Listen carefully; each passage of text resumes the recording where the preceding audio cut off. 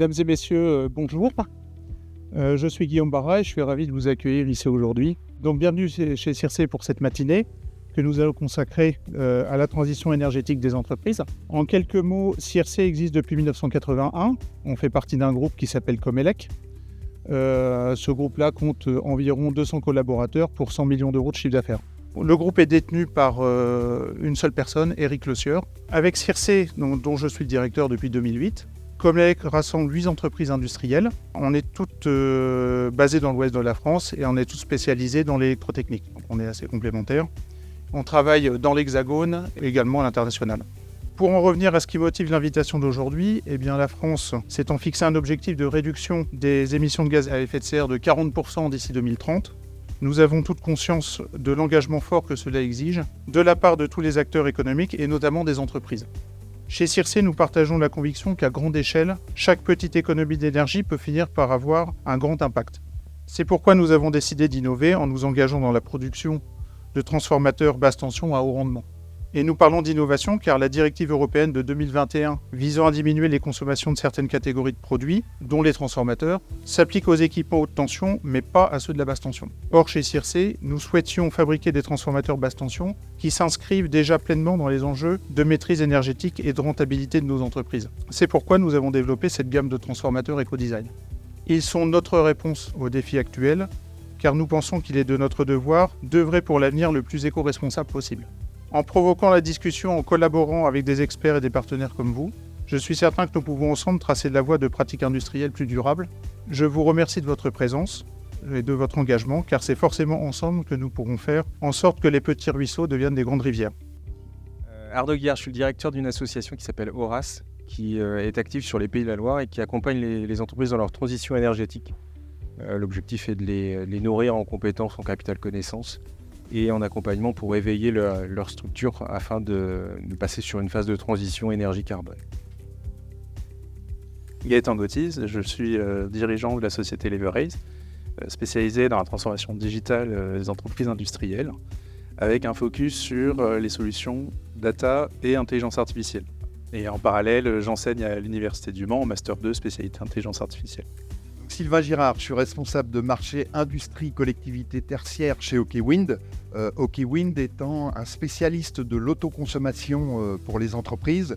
L'autoconsommation, c'est produire son électricité à partir de systèmes photovoltaïques, nous, des trackers, un objet singulier qui suit le soleil, et donc pour baisser la consommation électrique des entreprises. Bonjour, Arnaud Bourg, responsable d'activité industrie BN Énergie, donc basé au Mans. Donc Eiffage Energy System est une branche du groupe Eiffage. Voilà. Donc nous accompagnons nos clients industriels sur la partie humaine et les départements limitrophes. Donc sur des sujets de transition, mais pas que, dans l'accompagnement de tous les projets, quels qu'ils soient, chez nos industriels, en mode proximité. Bonjour, Angélique Barré. J'anime le pôle transition écologique de la Chambre de commerce et d'industrie Le Mans-Sarthe. Donc au niveau de ce pôle transition écologique, on accompagne toutes les entreprises de la Sarthe sur différents volets, dont l'éco-conception de produits et de services. Bonjour à tous, Antoine Beauvois, je travaille pour les nouveaux systèmes énergétiques. Alors on est une association qui est basée à Paris et on travaille avec les énergéticiens et l'État sur des politiques de développement industriel de toutes les technologies et composants qui vont permettre de décarboner. Donc les plus connus, c'est le panneau solaire, les pompes à chaleur. Puis quand on rentre un peu dans le détail, on tombe sur des boîtes comme Circe qui fournissent des composants pour tous ces systèmes. Voilà. Merci pour votre accueil, c'est ravi d'être ici. Bonjour, merci pour l'invitation également. Damien Vitaz, je co-dirige le cabinet Studéfi, cabinet sartois à l'origine. On accompagne depuis 14 ans industriels et tertiaires dans la maîtrise et l'optimisation du centre de coût énergétique. On est un cabinet de conseil neutre et indépendant et on a 2 métiers, la négociation des contrats de fourniture d'énergie et l'optimisation des consommations sur site. Eh bien, merci. Donc, ce sujet qui nous réunit aujourd'hui nous offre la possibilité d'explorer plusieurs points. Le premier sera celui de l'éco-conception. Nous passerons ensuite à la consommation énergétique et particulièrement, nous parlerons de son enjeu au niveau des réseaux électriques. Et puis, pour finir, nous évoquerons comment œuvrer ensemble pour un avenir que nous souhaitons tous le plus éco-responsable possible. Tout d'abord, donc, qui peut nous donner une définition de l'éco-conception? Angélique Barré, sans doute. Merci Valérie. Alors, vaste sujet, hein. Donc, je vais faire très bref, bien évidemment. L'éco-conception de produits ou de services, d'ailleurs, c'est avant tout une approche produit ou service qui consiste en fait à intégrer le critère environnement dès la conception du produit. Je ne parlerai plus de service, hein, je vais parler que de produit. Donc, dès la conception du produit, en minimisant l'impact environnemental du produit, et ça c'est la base, tout au long du cycle de vie de ce produit, c'est-à-dire à chaque étape de son cycle de vie. Ça, c'est vraiment la base. Alors, les différentes étapes en fait, du cycle de vie, c'est assez simple d'un produit. On a les matières premières, bien sûr, la fabrication, le transport chez le client, l'usage, c'est-à-dire l'utilisation par le client. Donc ici, ce matin, on va beaucoup parler de cette phase d'usage, utilisation chez le client, bien sûr. Et puis ensuite, la fin de vie, donc quand le produit devient un déchet. Alors, nous sommes aujourd'hui en 2024. Et est-ce qu'il y a un petit peu un état réglementaire des exigences en matière d'éco-conception et d'élimination? Oui, alors je voulais juste rajouter sur cette première partie éco-conception que ce qui est fondamental dans l'éco-conception de produits ou de services, c'est que c'est une approche qui est aussi multi-critères d'impact. Donc ce matin, on va beaucoup parler du critère d'impact qu'on connaît tous très bien, qui est l'effet de serre, et notamment les émissions de CO2. Mais il y a près de 52 critères d'impact qu'on utilise dans l'éco-conception, dont la consommation de ressources naturelles, dont la préservation de la biodiversité, la toxicité, etc. Donc voilà, j'y reviendrai peut-être un peu plus tard. Donc pour répondre à votre question, Valérie, oui, effectivement, de toute façon, tout ce qui est environnement et développement durable a une réglementation riche et qui évolue beaucoup et très vite, bien évidemment. L'éco-conception n'y échappe pas.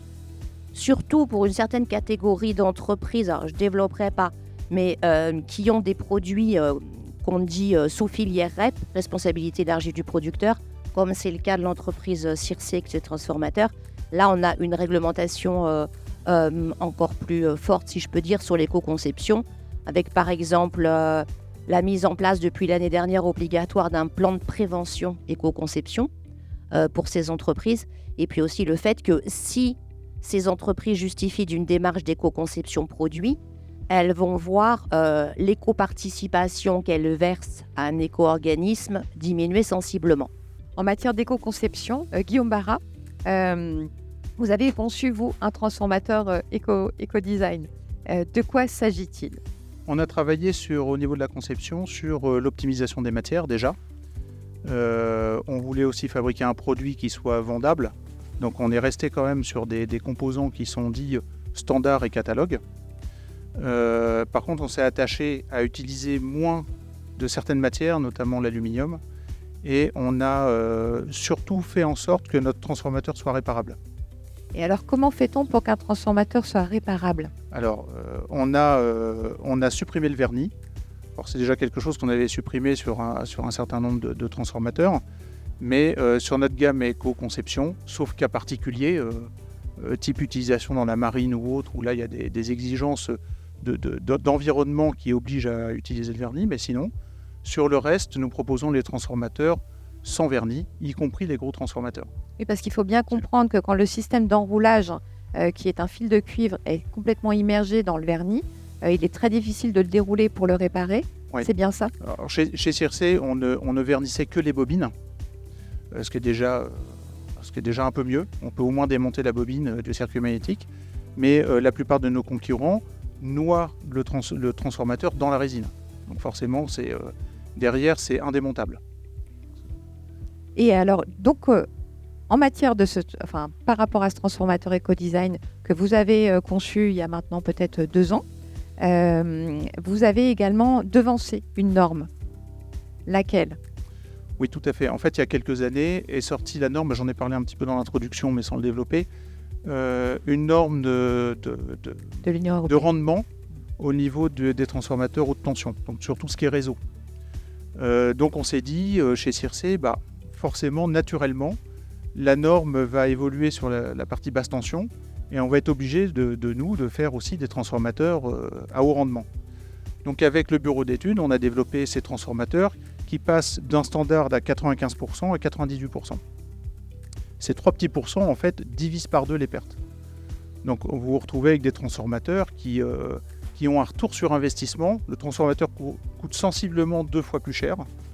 Par contre, vous avez un retour sur investissement qui est de l'ordre de moins d'1 an si votre transformateur fonctionne H24, comme c'est souvent le cas en fait dans les transformateurs. En fait, souvent ils sont branchés en permanence. Quoi vous dire d'autre Donc en fait, vous avez tout simplement anticipé l'arrivée d'une nouvelle norme qui s'appliquait aux transformateurs haute tension et vous l'avez appliquée dans vos process de fabrication sur des transformateurs basse tension. Donc en matière de normes, je me tourne vers vous puisque en tant que représentant du comité stratégique de filière, vous êtes au plus près de toutes ces évolutions-là. Donc première question, il y a un contrat de filière qui est en cours de renégociation. Donc, qu'est-ce qu'il y a dedans et qu'est-ce qu'un contrat de filière? Antoine Beauvois. Oui, merci. Donc, être un peu plus précis en effet sur ce qu'on fait, on a un peu 2 modalités d'action. La première, c'est en effet un contrat donc, qui est concrètement un document d'une centaine de pages qui est signé tous les 3 ans.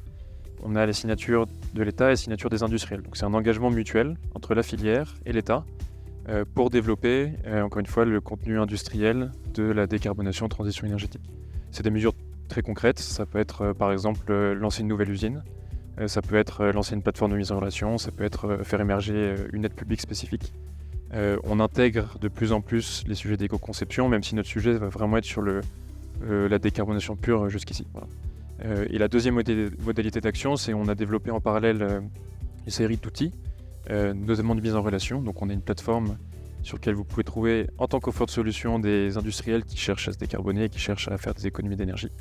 On a un programme aussi d'aide au développement de compétences industrielles. On va chercher des capacités industrielles dans des filières comme l'aéronautique, l'automobile, pour aller l'appliquer à un cas d'usage dans le marché énergie. Quand on se rend compte que dans l'énergie on ne sait pas faire, on va se tourner vers d'autres filières qui savent faire.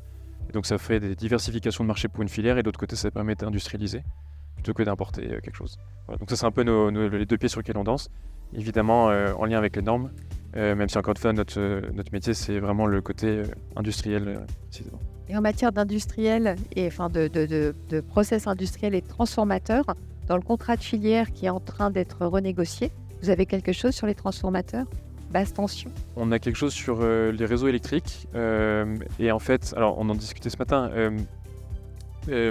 quand on fait une analyse assez fine des chaînes de valeur de nos équipements, on tombe toujours sur des équipements qui sont invisibles. Et les transformateurs en font un peu partie. Côté chaleur, ça va être l'échangeur thermique. On ne voit pas les échangeurs thermiques, mais il y en a partout, dans vos caméras, dans les téléphones, dans les voitures. Et donc en fait, notre but aussi, c'est d'aller identifier ces composants. On ne va pas forcément porter de mesures spécifiques dessus. Mais par contre, on l'identifie bien. Et notre sujet, c'est que la filière entière tracte aussi ces fournisseurs-là. Donc c'est que dans les mesures sur les réseaux électriques, soit tracter cette volonté d'aller récupérer la capacité de production ou à minima de maîtriser la compétence sur les transformateurs. Donc voilà, pour être précis, nous on n'a pas de mesures spécifiques. En revanche, dans les mesures de développement du réseau, il y a bien marqué qu'on cherche à intégrer toute la chaîne de valeur et donc évidemment les transformateurs. Et il n'y a pas que les réseaux électriques, mais je prends cet exemple dans notre filière. Eh bien merci. Et nous allons à présent donc creuser le sujet de la consommation énergétique. Donc là, je vais me tourner vers les acteurs du marché et les représentants des 2 cabinets de gestion de l'énergie que nous avons ici présents. Parce que l'enjeu de l'éco-conception, c'est aussi la maîtrise, voire la réduction du coût énergétique. Donc Damien Vitaz, on peut commencer par vous. Chez Studéfi, vous avez identifié donc que les transformateurs basse tension pouvaient être source de réduction de la consommation énergétique et vous affirmez aujourd'hui qu'il y a un vrai sujet, ce qui n'était pas le cas il y a quelque temps. On est d'accord? Oui. Studéfi, donc ça fait un petit peu plus de 12 ans qu'on fait notamment des audits énergétiques. La mission d'un audit, c'est de décortiquer comment fonctionne un site, déjà, de le quantifier. Et évidemment, la deuxième étape qui est indispensable, c'est de mettre en place un plan d'action pour réduire les consommations sur les postes les plus impactants pour l'entreprise. Et c'est en cela qu'effectivement, des solutions comme vous proposez peuvent être tout à fait pertinentes. J'insiste juste sur un point, c'est qu'on a encore en 2024, on voit encore beaucoup d'entreprises industrielles ou tertiaires qui ne savent pas ou pas précisément finalement comment consomme un site, même un site tertiaire aussi. Et nous, on insiste beaucoup sur le fait que il y a des bonnes solutions, mais il y a des bonnes solutions par rapport à des bons problèmes, évidemment.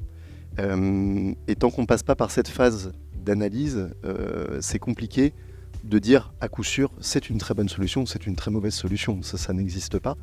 Et pour le coup, la mesure me semble être un élément indispensable parce qu'au moins on ne se ment pas, on a des chiffres. Ça permet de mettre en retour sur investissement qui sont pour le coup probants et d'engager du coup après des dépenses de manière sereine en vue de réduire conso et facture, puisque aujourd'hui on est évidemment en plus en sortie de crise dans une conjoncture où les entreprises doivent réduire leur conso et surtout réduire leurs factures parce qu'elles ressortent de 24 mois un peu complètement traumatisants. Donc c'est ça qu'on s'attache à faire. Et vous êtes tous en accord sur ce point-là, c'est-à-dire que tout le monde a dit ce qui compte, c'est la mesure. Et après, il y a la question de la pertinence de la mesure.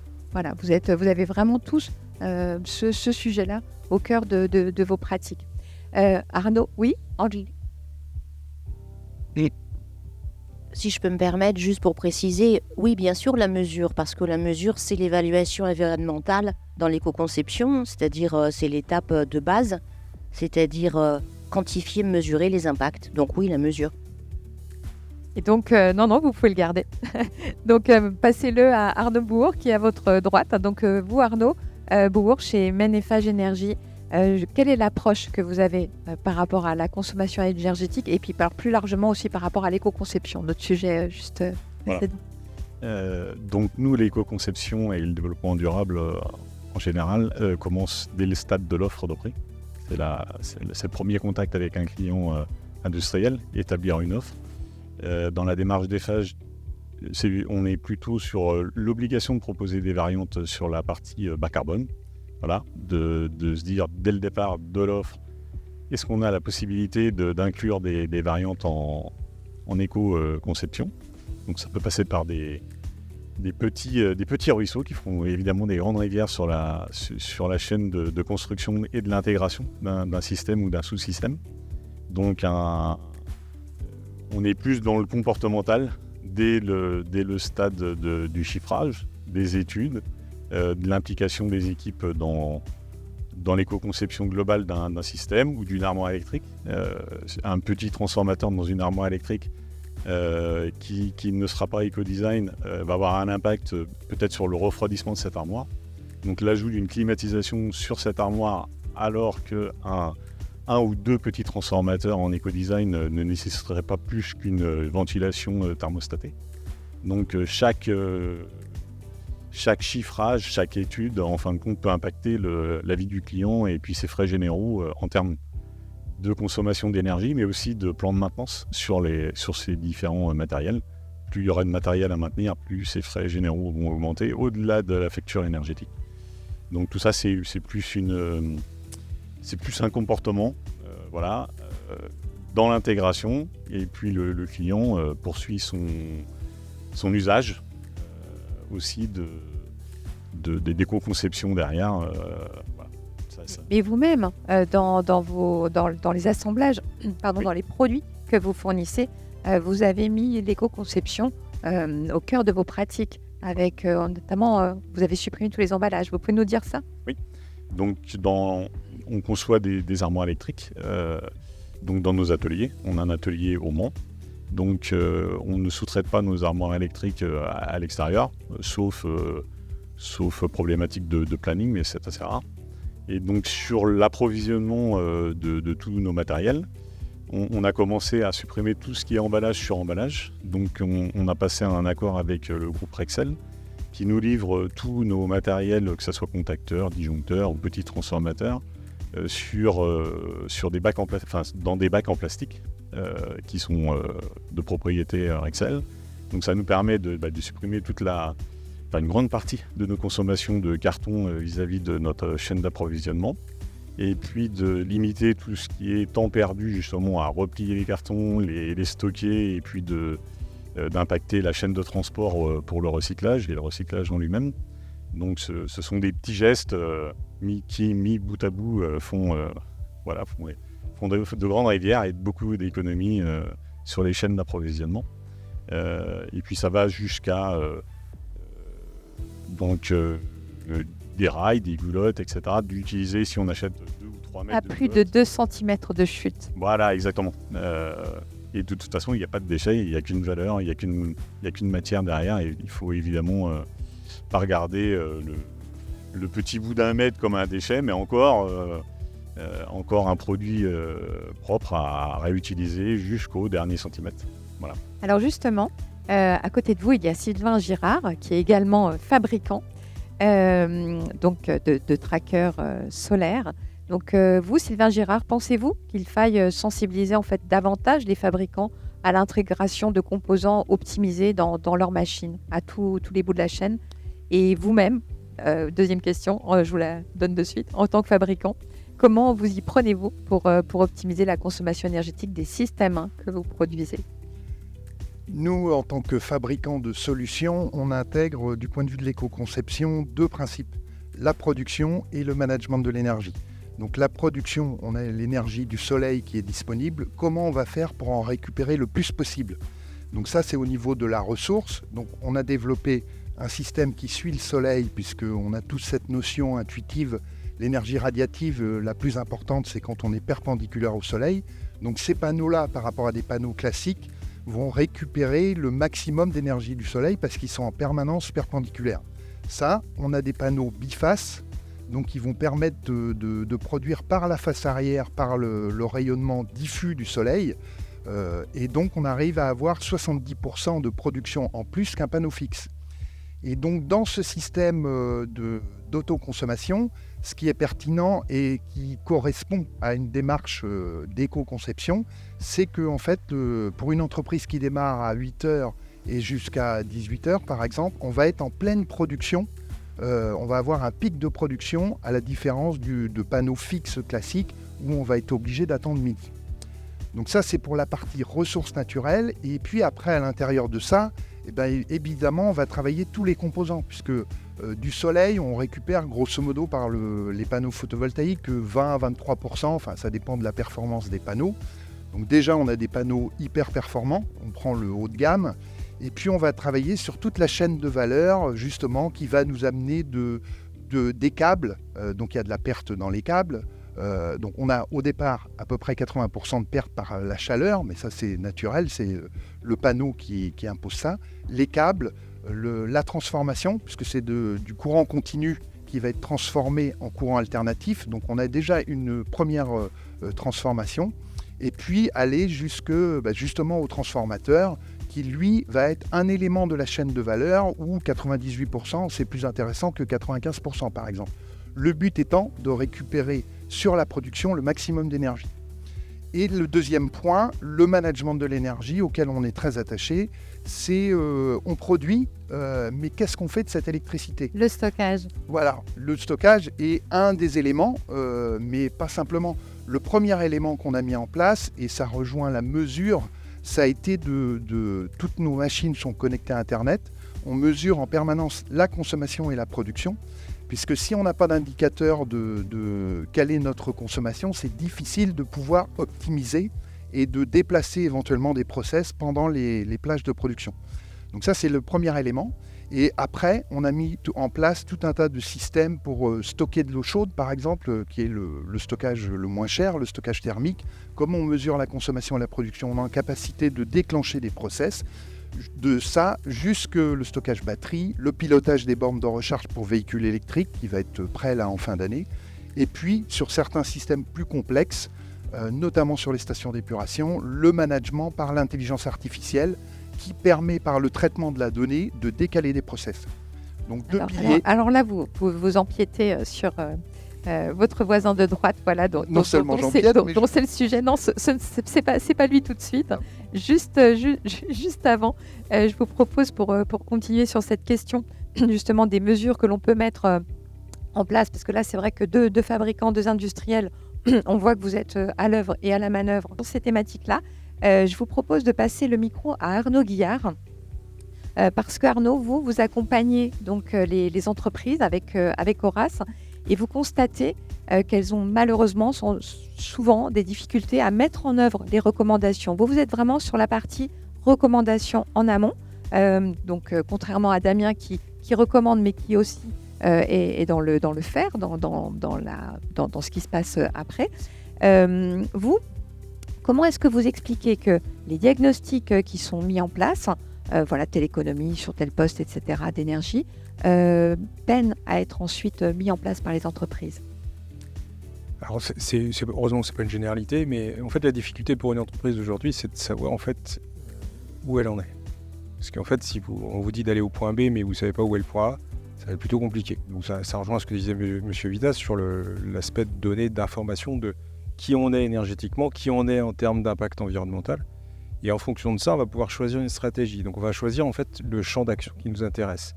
Une entreprise en fait qui va choisir une stratégie énergie ou une stratégie carbone ne va pas avoir le même champ d'action, va pas avoir le même plan d'action.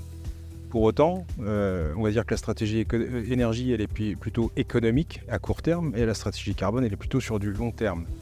L'intérêt de CRC, c'est ça qui est intéressant en fait, c'est qu'il n'y a pas de dualité sur la proposition de produit. C'est que ça répond à la fois, et c'est assez rare parce qu'il n'y en a pas beaucoup de produits qui peuvent permettre ça, de répondre à la fois à une stratégie carbone et une stratégie énergie. Donc ça permet d'avoir des actions en fait, qui sont communes à un sujet qui ne va pas être une dualité, c'est qu'une stratégie énergie et une stratégie carbone, ça peut se mener de front et pas s'opposer, au contraire. Et la difficulté des entreprises, en fait, c'est ça, c'est de choisir. C'est de choisir déjà de comprendre qui elles sont, et ensuite, une fois qu'elles ont compris qui elles étaient, c'est comment je mets en œuvre et avec quelle méthodologie je mets en œuvre. Après, les diagnostics énergétiques, les audits énergétiques sont des très très bons outils qui peuvent être pilotés en interne, parce que quand on parle de transition énergétique ou transition carbone, ça se passe dans le périmètre de l'entreprise. Donc ça veut dire que ça doit exister dans l'entreprise. Ça peut tout à fait être traité en externe, mais à partir du moment où c'est traité en externe, à un moment donné, manque le pilotage interne pour que ça devienne durable. Ce que j'apprécie sur les produits CRC, en fait, c'est qu'il y a du sens et il y a de la valeur. Parce que de la valeur, on va faire de la mesure autour d'un point de fourniture d'électricité. On peut faire de la mesure, donc on peut mesurer l'effet, et on va y mettre du sens parce qu'en fait, on apporte une brique à une stratégie.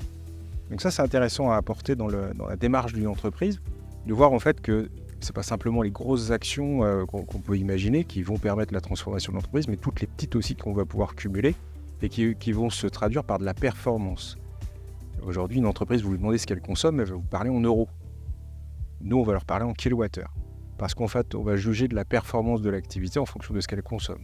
Et si on arrive à travailler ces éléments de consommation, on va jusqu'à l'élément carbone. Et donc là, on peut trouver encore d'autres actions. Et pas des très grosses et très coûteuses, parfois des petites actions, qui permettent d'optimiser et maintenir un niveau de performance. Donc le choix des actions, c'est difficile pour une entreprise si elle ne sait pas qui elle est et si elle ne sait pas où elle doit aller. Donc ça veut dire que le capital connaissance-compétences en interne permet justement de clarifier le parcours, clarifier la stratégie. Et ça, c'est intéressant pour une entreprise. Par contre, il faut qu'elle ait envie de se projeter dans cette transition, ce qui est loin d'être une évidence parce que quand on parle de transition, on parle de transformation de l'entreprise, donc ça va jusque sur des stratégies plus fortes encore que l'achat de matériel. Ça va aussi dans une culture d'entreprise. Donc c'est un travail de fond qui est assez conséquent pour une entreprise de TPE, PME ou même plus gros encore. C'est une transformation du profil de l'entreprise. Donc ils doivent s'en emparer. Ils doivent bien s'entourer également de différents experts, différents acteurs pour pouvoir y arriver. Et ensuite, ils vont pouvoir agir concrètement avec une stratégie à long terme, moyen terme, en fonction de ce qu'elles veulent faire. Merci. Alors, vous parlez de transformation et donc d'avenir. Et en parlant d'avenir, là, effectivement, Gaëtan Gautis, votre fer de lance, c'est la donnée. Donc, quel message souhaitez-vous transmettre par rapport à l'équipement des entreprises en matière de données aujourd'hui ? Alors, je vais enfoncer beaucoup de portes ouvertes parce qu'en fait, on en a déjà beaucoup parlé. Alors, on a parlé de cartographier avec M. Vitas, de décortiquer les différentes composantes qui ont participé à la transition éco. On a dit qu'il fallait mesurer l'impact des différents sujets. Effectivement, on arrive avec une problématique, il faut qu'on mesure comment est-ce que l'entreprise se définit, où est-ce qu'elle veut aller, où est-ce qu'on va vouloir essayer de jouer, pour se poser les questions de qu'est-ce qu'on va faire? Poser des questions sur le problème vient de cet endroit, l'opportunité est à cet endroit-ci. On pose des hypothèses et la donnée, on va devoir la réutiliser si elle est disponible ou la produire en mettant en place des plans d'expérience pour pouvoir confronter ces hypothèses. C'est-à-dire qu'on passe d'un mode où plutôt de dire je pense que, donc je vais faire ça, c'est je mesure que, donc je vais le faire. Les entreprises, aujourd'hui, elles produisent de plus en plus de données. On a de plus en plus d'outils qui permettent de le faire. Alors avec plus ou moins de maturité, ça peut être des Excel, ça peut être des systèmes d'information plus poussés ou des serveurs en cloud. Mais on n'est pas toujours obligé de les avoir à disposition dès le départ. Ça, c'est une méthode qui est, on va dire, qui est censée, qui est très analytique. Donc ça, on peut tous la mettre en œuvre aujourd'hui. Après, il y a des méthodes qui sont un peu plus poussées en utilisant du machine learning, de l'optimisation de l'IA, comme va le faire OKWind sur comment est-ce qu'on va optimiser l'orientation des panneaux en fonction de la période de la journée. Où là, plutôt que de partir du problème, on va essayer de partir des données et on va avoir une approche un peu exploratoire, où les données, on va les faire parler en disant « je vais avoir des corrélations ». Je vais avoir une corrélation entre l'orientation de mon panneau et l'horaire de la journée. Bon, plutôt que de suivre de manière analytique un peu quelle devrait être la courbure, l'orientation du soleil, je vais le faire de manière empirique. Et à partir de là, définir des leviers pour piloter et savoir qu'est-ce que je vais faire concrètement. Voilà un peu le message. Et alors, du coup, Guillaume Barra, je vais revenir vers vous parce que Gaëtan Gautis, lui, donc, la donnée, c'est ce sur quoi il travaille au travers de l'intelligence artificielle. Et vous, lorsque vous avez mis en place votre simulateur en ligne, donc un simulateur qui permet de voir le rendement réel de son transformateur entre un éco-design et un transformateur standard, lorsqu'on veut changer son équipement, quelles sont les données que vous avez mis dans ce simulateur-là? Oui, alors le simulateur est en ligne sur notre site internet, circetechnologies.com.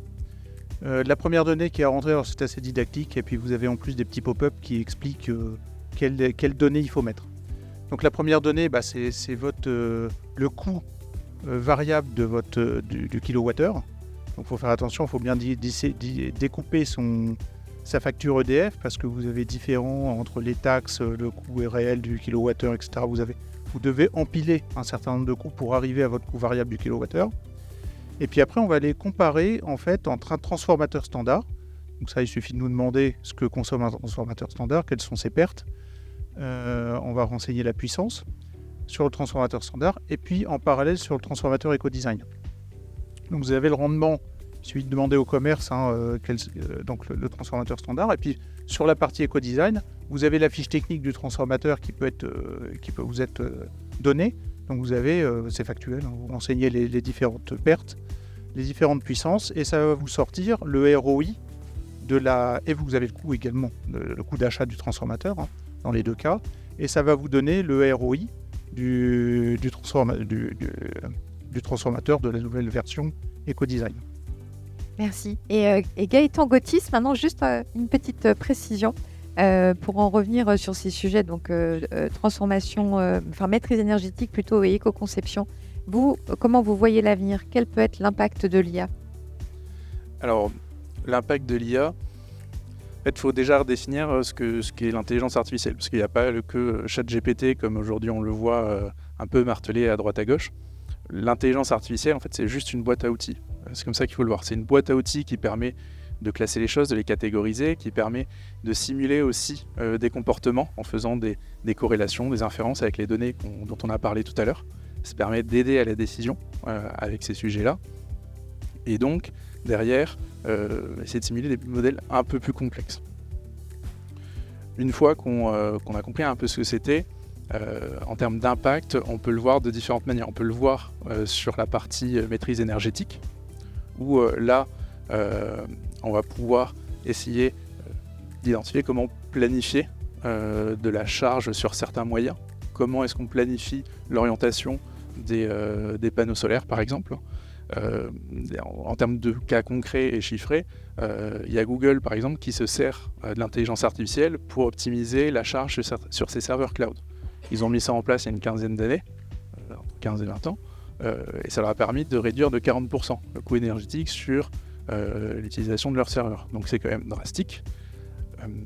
De manière plus concrète, dans sur nos sites industriels, ça peut être simplement des boîtiers qu'on va mettre sur des machines pour suivre les vibrations. Et donc les vibrations d'une machine, elles vont rendre compte un peu de son état de santé.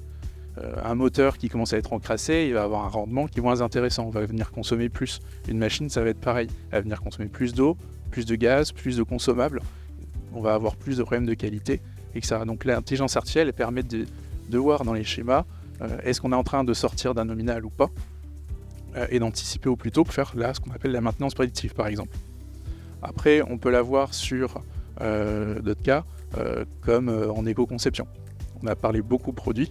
Effectivement, l'IA, elle va beaucoup intervenir sur la partie produit.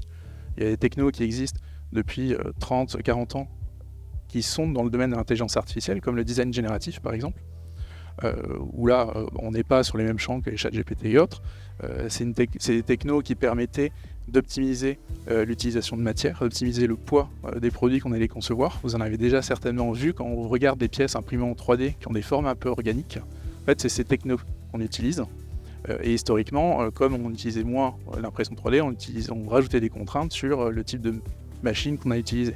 On était plutôt sur des tours, des 5 axes, etc. Donc ça, c'est sur plutôt la partie un peu conception, produit géométrique. Après, on peut utiliser sur les matériaux qu'on va utiliser. Un produit, c'est un ensemble de matériaux utilisés avec un rôle fonctionnel chacun. On a parlé du vernis, par exemple, pour l'isolation. On peut parler des différentes thématiques qu'on va intégrer dans le produit quand on va le concevoir. Mais au bout d'un moment, en fait, on a des combinaisons de toutes ces matières qui explosent. On a tellement de possibilités que venir faire un choix et le scorer, ça devient compliqué. Avec l'intelligence artificielle ou les modèles de machine learning qui maintenant permettent de simuler à moindre coût des simulations qu'on faisait déjà avant, mais maintenant on va pouvoir les augmenter, on va pouvoir en faire un volume beaucoup plus important, on va pouvoir explorer un peu toutes les possibilités, toutes les combinaisons de matériaux pour avoir un produit qui va atteindre des performances où on aurait dû chercher beaucoup plus longtemps auparavant. On va avoir tout de suite des cas précis à tester. On va l'avoir aussi, là c'est sur le produit, on peut l'avoir encore plus en amont sur le développement des matériaux eux-mêmes. Je ne sais pas si les gens ont un peu entendu parler des modèles comme AlphaFold qui permettent de prédire des réactions chimiques pour la fabrication de molécules, pour les protéines, permettent de développer des médicaments. On a la même chose sur les matériaux. Il y a à peu près 2 ans, l'université qui a mis à disposition un modèle d'intelligence artificielle qui permet de prédire, à partir des interactions entre les molécules, la conception de structures, pour plus de 30 millions de nouveaux matériaux. Ces 30 millions de matériaux, ils sont fabricables, ils ont des propriétés spécifiques. Après, à nous d'aller sélectionner les bons matériaux pour nos usages. Et un exemple concret, on parle d'objectifs de réduire de 40% les gaz à effet de serre, CO2, NOx. Parmi les 30 millions, il y a une startup qui a identifié une nouvelle conception d'aimant sans terres rares. Donc là, comme on est en train d'essayer d'augmenter la production des véhicules électriques, un nouvel aimant sans terres rares qui coûterait théoriquement 20% moins cher en termes de matériaux et qui consommerait 70% de moins qui émettrait 70% de moins de CO2 et de NOx lors de la conception. Donc là, on est plutôt dans une phase d'industrialisation de ces nouveaux matériaux. Mais l'IA, elle a un impact également sur l'accélération de la recherche et du développement. Et donc avoir un vrai impact sur l'éco-conception de nouveaux produits et la transition écologique derrière. Donc merci. Donc l'IA nous permet de préparer l'avenir. Et en parlant d'avenir, Arnaud Guillard, Damien Vitaz, je me tourne vers vous parce que à l'avenir, vous pensez, enfin ça c'est vraiment quelque chose que vous partagez. Donc même si vous êtes l'un à un bout et l'autre à l'autre bout, peut-être que d'une seule voix vous pouvez porter les choses. Donc vous pensez que l'enjeu de la maîtrise énergétique ne va plus porter sur le prix, mais bien sur la quantité d'énergie disponible qui sera allouée à chaque entreprise. Expliquez-vous là-dessus. Peut-être vous Arnaud, et ensuite je vous passe le micro Damien si vous le souhaitez. C'est vrai qu'en ce moment, l'électricité est redevenue à des prix plus accessibles que ce qu'on a connu il y a 1 an et demi. Pour autant, je pense qu'il n'est pas dans le bon sens de relâcher l'attention qu'on peut avoir sur cette ressource. Parce que construire des centrales nucléaires, ça ne sera pas envisageable. Avoir des ressources renouvelables à outrance, c'est pas non plus envisageable. Ça veut dire qu'il reste simplement l'optimisation, le bon usage, le bon sens d'usage de l'énergie qui amènera l'entreprise à devenir encore plus performante. Donc avant même qu'on leur annonce qu'il y en aura moins dans l'avenir, le bon sens devrait les amener à en consommer justement. Mais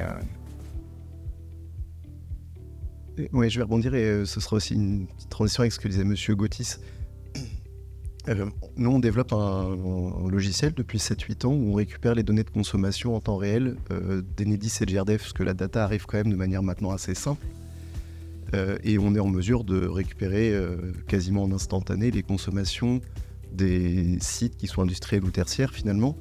Par rapport à ce que vous disiez, Monsieur Guillard, il y a un point qui nous marque en ce moment, c'est qu'en 2024, dans le radar où on gère, où on surveille plusieurs dizaines ou centaines de milliers de points de comptage, on sent un relâchement. 2023 a été marqué par des fortes factures d'énergie, et là tout le monde a fait 20% d'économie. 2024, comme vous le disiez, les prix ont tendance à se détendre un petit peu pour certains, la facture baisse un petit peu mécaniquement, et on voit que les consommations repartent un petit peu. Et c'est là où, comme je pense aussi exactement comme vous, il ne faut pas relâcher les bonnes intentions, parce qu'en 2023, quand l'euro finalement imposait de faire extrêmement attention, tout le monde a baissé sa conso, et en 2024, on sent un relâchement, alors que dans le même temps, comme vous disiez, Monsieur Gautis, il y a plein de choses qui arrivent. Nous, ça fait des années qu'on a mis à disposition les données de conso en temps réel à nos clients, ce qui leur permet de modifier leur manière de produire. On a des clients qui sont passés en 4 jours semaine en production pour produire la nuit, pour optimiser leur temps d'ouverture machine et autres. Donc on voit qu'il y avait des choses qui étaient tout à fait possibles au moment de cette crise de l'énergie.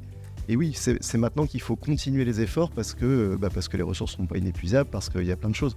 Et sans aller sur des choses très compliquées, je vais vous donner un exemple très simple. GRDF met à disposition les données de gaz au jour le jour, donc nous on les met à disposition de nos clients. On peut parler d'intelligence artificielle bien entendu. Nous, à partir du moment où on a quelques mois, années d'antériorité de conso, on est capable de détecter qu'un samedi tombe tel jour et devrait avoir telle consommation. Si on a des ratios de conso qui sont en dehors de la prédiction, on alerte, et c'est comme ça que sur des groupes scolaires, on a optimisé la conso de 20-25%. En gérant de l'inoccupation, j'ai pas l'impression que ce soit de l'intelligence artificielle, c'est un premier niveau très basique, mais qui permet d'avoir des résultats très concrets. Et ça, heureusement, la data est déjà là, sans aller sur des choses vraiment compliquées. Et après, on peut faire des choses plus compliquées. Comme vous disiez, le machine learning, on l'a nous aussi mis en place sur notre outil. Et à partir du moment où on a au moins un an de données de conso, on est capable de dire s'il fait telle température demain, qu'on est un jour férié ou pas un jour férié, et ainsi de suite, vous devriez consommer à peu près tant. Oui. Si vous êtes à 30% au-dessus, c'est qu'il y a quelque chose qui ne fonctionne pas. Donc peut-être un problème de rendement, un problème de réglage, un problème de... Voilà. Et là, on identifie des choses très simple. Et ce que vous m'avez tous les deux dit, et qui est particulièrement intéressant, c'est que la question avant était le prix, mais demain, ça se prépare aujourd'hui, la question, ça va être la quantité d'énergie disponible pour chacun. C'est-à-dire que les entreprises n'auront pas toutes la même quantité énergétique disponible en fonction de leur consommation. Vous confirmez ça? on n'a pas de boule de cristal.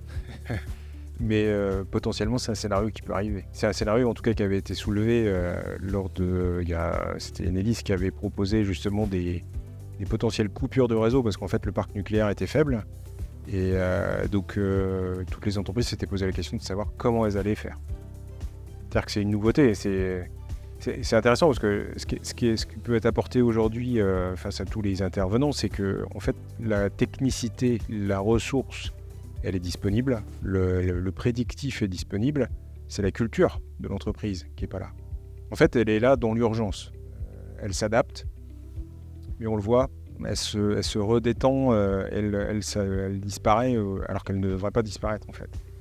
Je pense que c'est naturel, c'est presque naturel, c'est humain de dire dans l'urgence on doit agir, on se corrige, on change, et puis on se relâche. Mais à un moment donné, en fait, il va falloir cette tension, elle va s'accentuer, et les entreprises vont se transformer. Malgré elles vont devoir le faire. Aujourd'hui, être justifié de son bilan carbone n'est pas obligatoire pour une PME. C'est obligatoire pour un groupe. Une PME fait partie d'une chaîne de sous-traitants, donc ça veut dire qu'elle est impactée directement. C'est-à-dire que demain, en fait, sans sa capacité à prouver qu'elle est vertueuse, qu'elle est dans un cycle d'amélioration et de décarbonation, en fait, elle risque de se faire déréférencer d'une chaîne. Donc c'est-à-dire qu'économiquement, la menace en fait qui était sur l'énergie, qui était un coût purement économique, et le carbone qui vient se rajouter à ça, en fait, menace l'existence même d'une activité professionnelle. C'est-à-dire que ça va être par défaut, ça doit rentrer dans la culture, dans l'entreprise, dans les stratégies des entreprises, parce que si ça ne rentre pas, elles vont disparaître, parce que le marché va les faire disparaître. Merci. Juste un petit mot, pardon, c'est pour rebondir sur ce que vous dites, monsieur. Je suis d'accord avec vous, et il faut qu'il y ait un peu plus de visibilité, de lisibilité pour les industriels et les gros tertiaires aussi d'ailleurs. Je ne sais pas où ira cette vidéo, mais il se passe aussi un enjeu majeur sur le marché français et européen à très court terme, sur notamment l'achat de l'énergie. Et on est en train de se demander quelles vont être les règles du jeu pour 2026, 27, 28. J'ai pas l'impression que ce soit au cœur des préoccupations politiques du moment en France là, ces derniers jours, mais il va quand même y avoir besoin, parce qu'il faut se rappeler d'une chose, c'est qu'il y a 2 ans, la France, on avait un énorme déficit de production d'électricité. Donc on a cherché plein d'alternatives pour se dire on va aller acheter non, plus de gaz russe, donc il faut qu'on trouve d'autres gaz et ainsi de suite. Donc on a eu une panique complète. Et là cet été, on a remis en place des choses de production, notamment nucléaire. Le photovoltaïque se développe énormément en France. Et on était avec Enedis il y a 10 jours, et il nous disait mais en fait cet été, les prix spot, donc les prix journaliers de l'électricité en bourse, vont probablement être négatifs. Parce que là pour le coup on va être en surcapacité. Donc en fait, en même pas 2 ans, la France va aussi passer d'un système où on manquait drastiquement d'électricité, là on va en avoir un peu trop sur l'été. Il va falloir aussi, je pense, que sans faire de politique, il faut aussi que les directives soient un peu plus moyen terme pour donner de la lisibilité, parce qu'en fait, on ne peut pas diriger, je pense, des entreprises industrielles ou d'autres sans avoir de profondeur, et que les règles changent au bon vouloir, soit d'un marché européen et financier, soit de règles gouvernementales qui ne sont pas forcément très claires. Et là, il y a aussi, je pense, une part de l'enjeu qui n'est malheureusement pas chez nous, mais qui est aussi au plus haut de l'État, où il faut un peu plus de lisibilité, je pense, pour rassurer tout le monde. Donc plus de lisibilité, plus d'anticipation. Du coup, on va peut-être passer le micro à Angélique Barré, parce que votre confiance en l'avenir vient du fait que de votre conviction, enfin de ce que vous avez prouvé, avec l'éco-conception, qui n'est pas qu'une source de coût, mais qui peut être une source d'économie. Est-ce que vous voulez bien nous en dire quelques mots ? Oui. En toute objectivité, l'éco-conception de produits, donc travailler à toutes les étapes du cycle de vie de produit, peut générer des surcoûts. Ça, c'est clair. Notamment au niveau de la première étape des matières premières, parce qu'on sait bien que quand on va chercher de la matière première recyclée, pour économiser les ressources naturelles, bien souvent elle est plus chère que la matière vierge par exemple. Au niveau de l'étape de fabrication, production, on peut aussi générer des surcoûts parce qu'on peut avoir besoin soit de modifier son process industriel, soit d'investir dans d'autres éléments de process, etc. Mais ces surcoûts peuvent être compensés, et M. Bourg l'a très bien dit tout à l'heure, c'est-à-dire que quand on travaille sur d'autres actions ou sur d'autres étapes du cycle de vie, par exemple, si on supprime des emballages, si on réduit des emballages, on va faire des économies. Si au niveau de la fabrication, on travaille dans une idée de réduction de la matière, d'allègement du poids du produit, on a moins de matières premières à acheter, on va faire des économies. Si au niveau de la gestion des déchets, on fait ça comme il faut, on va avoir moins de coûts de traitement sur ces déchets, à faire des économies. Donc voilà. Donc il y a un système quand même de compensation qui est possible par rapport aux surcoûts générés. Et puis aussi, on a une compensation qui est bien montrée dans les études, notamment celle de l'ADEME. Il y a une belle étude 2023, si ça vous intéresse, sur les conséquences financières de l'éco-conception. Ces surcoûts qui sont générés au niveau des étapes du cycle de vie, on voit qu'ils sont bien souvent compensés, même intégralement, par le fait qu'un produit éco-conçu peut voir son prix de vente augmenter. Donc ça, on peut l'expliquer parce que l'entreprise peut augmenter le prix de vente parce qu'elle a renforcé la performance donc environnementale du produit et aussi, certaines fois, sa performance technique. Ou bien alors, on peut avoir une compensation parce que l'entreprise, en fait, a un volume des ventes de son produit qui a augmenté. Ça peut s'expliquer parce que l'entreprise, avec son produit éco-conçu, va pouvoir capter de nouveaux marchés ou fidéliser ses clients et atteindre souvent des marchés plus haut de gamme. Donc voilà, ce que je pouvais dire sur le sujet. Merci. Et si vous voulez bien passer le micro à Antoine Beauvois, puisque vous travaillez à un avenir décarboné, donc au sein du comité stratégique de filière des nouveaux systèmes énergétiques. Je m'étais promis de dire au moins 2 fois, c'est fait. Quelles sont les prochaines échéances auxquelles vous vous préparez ? Sur notre activité précisément, donc ce que vous disiez sur le contrat de filière. Après, je suis perdu dans mes pensées parce que c'est super intéressant, et notamment sur les systèmes énergétiques. Peut-être ce qu'on constate nous, c'est que les systèmes énergétiques globalement ils se complexifient parce qu'on a de plus en plus de ressources, on a de plus en plus de postes de consommation et surtout on a de plus en plus de données justement. Donc c'est à la fois une force et en même temps ça complexifie vachement le système. Le coût des prix négatifs, on n'est pas non plus à l'abri que l'hiver d'après on ait des tensions sur l'approvisionnement énergétique et on est vraiment dans cette anticipation à avoir de gérer ce système énergétique qui est plus complexe. Deuxième point, c'était que on parle beaucoup de signaux qui sont visibles, et c'est vrai que le CO2 par exemple, c'est pas du tout un signal qui est visible. On voit pas le CO2, on va ressentir ses impacts indirects, mais quand on émet du CO2 derrière, concrètement, ça nous fait rien dans l'immédiat, quoi. Les coupures d'eau, par contre, c'est beaucoup plus concret. Les coupures énergétiques, c'est beaucoup plus concret. Et c'est vrai que sur ces 2 sujets-là, c'est aussi là qu'on va pouvoir avoir des déclencheurs sur l'eau. Collègue Camille vous en parlera mieux que moi, mais il y a des usines qui l'été dernier ont fermé leurs portes pendant plusieurs semaines, plusieurs mois parce qu'elles n'avaient pas d'eau. Donc c'est bien ce sujet là on est dans l'anticipation longue, mais c'est aussi notre travail, d'anticiper ça pour le système énergétique et pour ses utilisateurs. Voilà, c'est sur les 2 points que je voulais aborder. Merci. Et donc en fait nous arrivons à la fin de cette table ronde. Je vais vous inviter chacun à nous délivrer un message principal que vous souhaitez faire passer.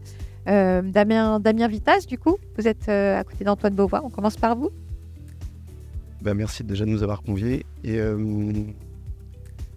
moi, le seul message, c'est je pense qu'à partir du moment où on visualise et on est capable d'analyser ce qui se passe sur un système dans une entreprise ou autre, on est en mesure de prendre des bonnes décisions.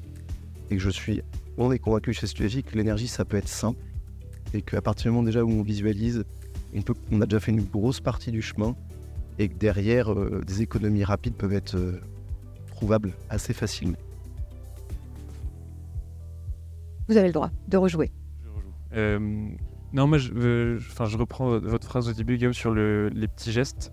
C'est ce qu'on voit aussi quand moi, j'ai la chance de me déplacer pas mal. Et en fait, le sujet, il peut être potentiellement pris comme un sujet totalement abyssal. Et ça peut être assez déprimant. Mais globalement, quand on voit ce que vous êtes capable de faire, c'est un site qui est globalement décarboné, qui a pensé son produit de A à Z, qui va jusqu'à l'éco-conception, qui anticipe les normes.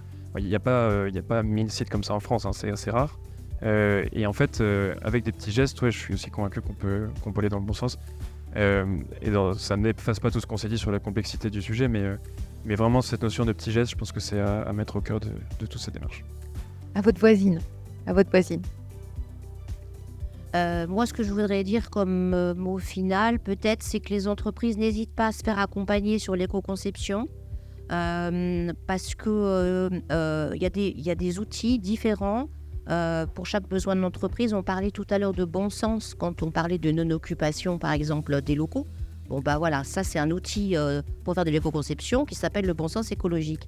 Et puis, tout à l'autre bout, on parlait d'intelligence artificielle. Et ça, c'est un autre outil, c'est la méthode ACV. Donc, c'est la méthode de référence de l'intelligence. Donc, on a beaucoup de choses pour faire de l'éco-conception. Nous, par exemple, on a développé une formation au Mans pour les dirigeants, pour les salariés. Et on a aussi un programme structurant régional avec les CCI des Pays de la Loire qui s'appelle Éco-Produire et qui connaît un vif succès auprès des entreprises. Donc, n'hésitez pas à nous contacter. Voilà. Sans répéter tous nos petits gestes et nos grands ruisseaux, le sujet est surtout comportemental. Donc il appartient à chacun d'être pas le maillon faible de l'éco-conception du développement durable. Donc c'est par les petits gestes et surtout la valorisation et l'exemplarité des petits gestes à recopier qui deviendront un catalogue des multiples solutions. Donc voilà, il faut surtout valoriser dès qu'il y a une petite action, un petit geste, de le démontrer et puis de dupliquer au maximum. Si je peux juste ajouter un petit mot, on n'en a pas du tout parlé, mais la dernière phase de la démarche d'éco-conception, c'est la communication environnementale. C'est un gros sujet, ça rejoint tout à fait ce que vous venez de dire. L'éco-conception, elle s'inscrit dans la problématique environnementale générale et je rejoins les points qui ont été soulevés et puis l'ensemble des éléments. C'est-à-dire quand il fait chaud, on redécouvre que dans les villes, il faut revégétaliser, puis après on le passe à la trappe. On a un enjeu collectif. Pas les arbres quand même. Non, pas les arbres, mais On a planté, juste avant. on n'en plante pas beaucoup. Mais on redécouvre à chaque fois comme la problématique de l'eau et tout ça. Là, par rapport à la problématique de l'énergie, si je parle de notre domaine, on sait produire une électricité très peu chère, de l'ordre de 80 € du mégawattheure. La question, l'intégration des énergies renouvelables, ça y est, on y va, on sait que c'est une des solutions.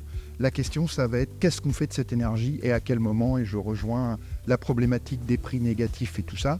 Et donc, on croit beaucoup à un système où effectivement l'intelligence artificielle, entre autres, va nous aider à manager cette énergie. Merci.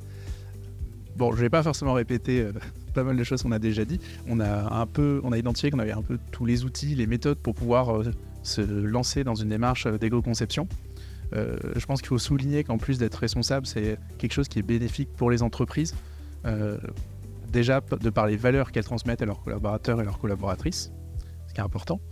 Et aussi de par le fait que se lancer dans ce genre de transformation, c'est des prises de conscience qui vont se partager et c'est aussi une montée en maturité sur beaucoup de choses qui sont transverses dans l'entreprise, ce que soulignait M. Vitesse tout à l'heure, de par les différents domaines où on va intervenir. Et ça va déclencher une certaine culture de la transformation dans l'entreprise qui est bénéfique et qu'il faut valoriser. Mais vous avez le vôtre. Oui, j'ai le mien.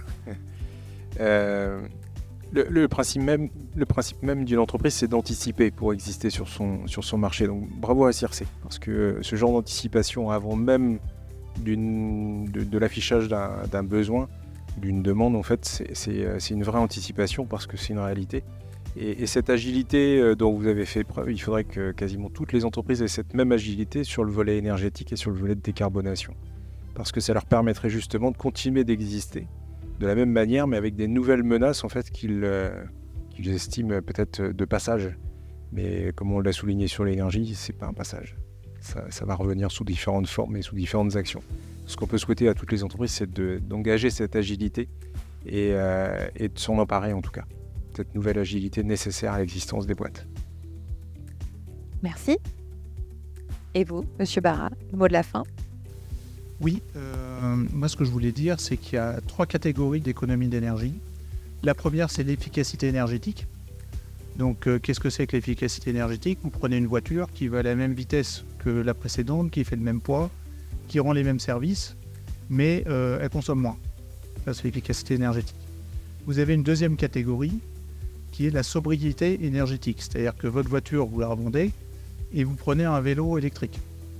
Donc là, vous n'avez pas tout à fait le même service, mais c'est quand même une démarche volontaire. Vous n'avez pas tous les mêmes services, vous êtes dépendant des intempéries, vous n'avez pas votre autoradio, mais en tout cas, c'est vous qui l'avez décidé. Et puis, il y a la troisième catégorie, qui est la pauvreté énergétique. Donc là, c'est la même chose que la sobriété, sauf qu'on ne vous a pas demandé votre aide. Et donc, moi, je pense qu'on a tous intérêt de rester dans les premières et deuxièmes catégories, plutôt que la troisième. Voilà, c'est ce que je voulais dire.